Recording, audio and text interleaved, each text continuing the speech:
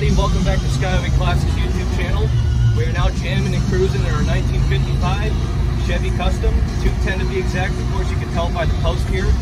But starting off with the exterior, you got a nice blue with the torque style wheels, gray, not chrome, which I personally believe is better. Going into the interior now, you got that nice tan custom interiors. Of course, you can see the shifter fits right in here to the bench seat. You got the Grant wooden wheel. You got custom gauges by Autometer. In fact, you even have the Autometer tach. Going into the stereo system, you got Pioneer, jamming nice and loud.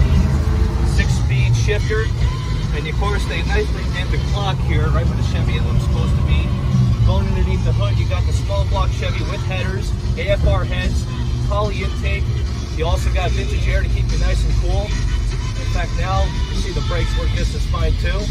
And we're going to beat the traffic and open it up a little bit so you can see how nice this car really is.